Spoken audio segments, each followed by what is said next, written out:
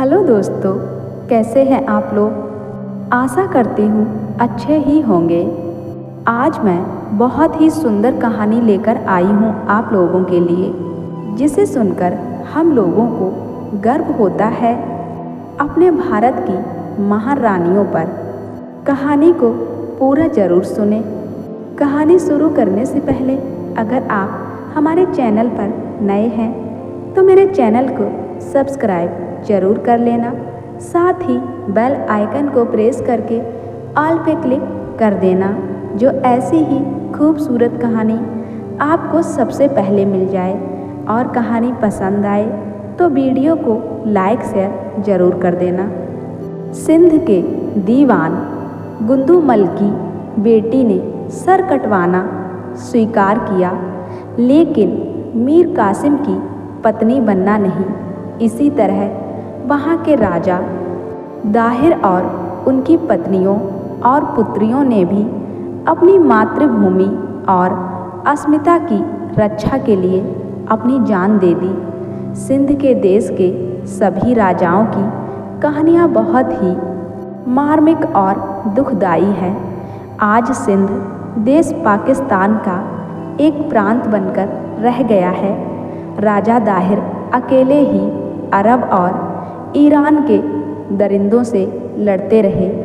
उनका साथ किसी ने नहीं दिया, बल्कि कुछ लोगों ने उनके साथ गद्दारी की। सिंध देश पर राजपूत वंश के राजा राय साहसी का राज्य था। राय साहसी का कोई उत्तराधिकारी नहीं था, अतः उन्होंने अपने प्रधानमंत्री कश्मीरी ब्राह्मण चच को अपना राज्य सौंपा। राज दरबारियों एवं रानी सोहंदी की इच्छा पर राजा चच ने रानी सोहंदी से विवाह किया। राजा दाहिर चच के पुत्र थे। राजा चच की मृत्यु के बाद उनका शासन उनके भाई चंदर ने संभाला, जो कि उनके राजकाल में प्रधानमंत्री थे। राजा चंदर ने 7 वर्ष तक सिंध पर राज्य किया। इसके बाद राज्य की बागडोर महाराजा दाहिर के हाथ में आ गई। सिंध का समुद्री मार्ग पूरे विश्व के साथ व्यापार करने के लिए खुला हुआ था।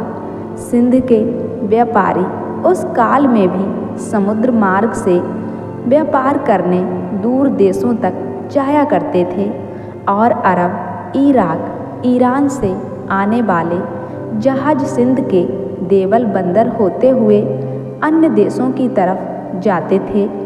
जहाज में सवार अरब व्यापारियों के सुरक्षा कर्मियों ने देवल के शहर पर बिना कारण हमला कर दिया और शहर से कुछ बच्चों और औरतों को जहाज में कैद कर लिया। जब इसका समाचार सूबेदार को मिला तो उसने अपने रक्षकों सहित जहाज पर आक्रमण कर अपहरण औरतों और बच्चों को बंधन मुक्त कराया। अरबी जान बचाकर अपना जहाज लेकर भाग खड़े हुए। उन दिनों ईरान में धर्मगुरु खलीफा का शासन था। हजाज उनका मंत्री था। खलीफा के पूर्वजों ने सिंध फतेह करने के लिए मंसूबे बनाए थे, लेकिन अब तक उन्हें कोई सफलता नहीं मिली थी। अरब व्यापारी ने खलीफा के सामने उपस्थित होकर सिंध में हुई घटना को लूटपाट की घटना बताकर सहानुभूति प्राप्त करनी चाहिए। खलीफा स्वयं सिंध पर आक्रमण करने का बहाना ढूंढ रहा था। उसे ऐसे ही अवसर की तलाश थी और उसने अब्दुल्ला नामक व्यक्ति के नेतृत्व में अरबी सैनिकों का दल सिंध विजय करने के लिए रवाना किया। युद्ध में अरब सेनापति अब्दुल्ला को जान से हाथ धोना पड़ा। खलीफा अपनी हार से तिलमिला उठा। 10,000 सैनिकों का एक दल ऊंट घोड़ों के साथ सिंध पर आक्रमण करने के लिए भेजा गया। सिंध पर 74 वर्षों के काल में 9 खलीफाओं ने 15 बार आक्रमण किया और 15वें आक्रमण का नेतृत्व मोहम्मद बिन कासिम ने किया। सिंधी शूरवीरों को सेना में भर्ती होने और मातृभूमि की रक्षा करने के लिए सर्वस्व अर्पण करने का आह्वान किया। कई नवयुवक सेना में भर्ती किए गए। सिंध वीरों ने डटकर मुकाबला किया और कासिम को सोचने पर मजबूर कर दिया। सूर्यास्त तक अरबी सेना हार के कंगार पर खड़ी थी।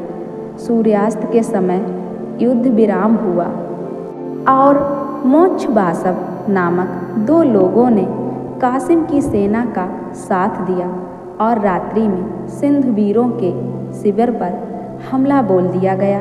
महाराज की वीरगति और अरबी सेना के अलौर की ओर बढ़ने के समाचार से रानी लाडी अचेत हो गई। सिंधी वीरांगनाओं ने अरबी सेनाओं का स्वागत और अलौर में तीरों और भालों की वर्षा के साथ किया।